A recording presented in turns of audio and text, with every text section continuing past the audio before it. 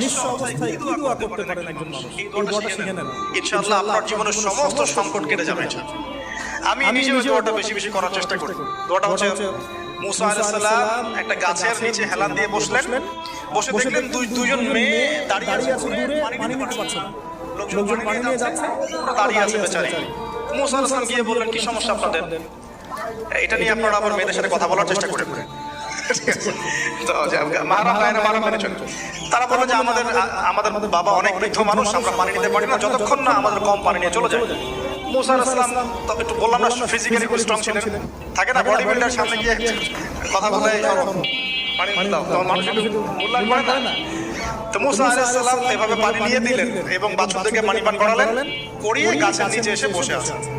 বসে বসে তিনি দোয়া করছেন, এই যে দোয়াটা তিনি দোয়া করছেন, রব্বি, একটা নেক কাজ করলেন, নেক কাজ করলেন না, মানুষের উপকার করলেন, নেক কাজ করে এসে গাছের নিচে বসে দোয়া করছেন, আল্লাহ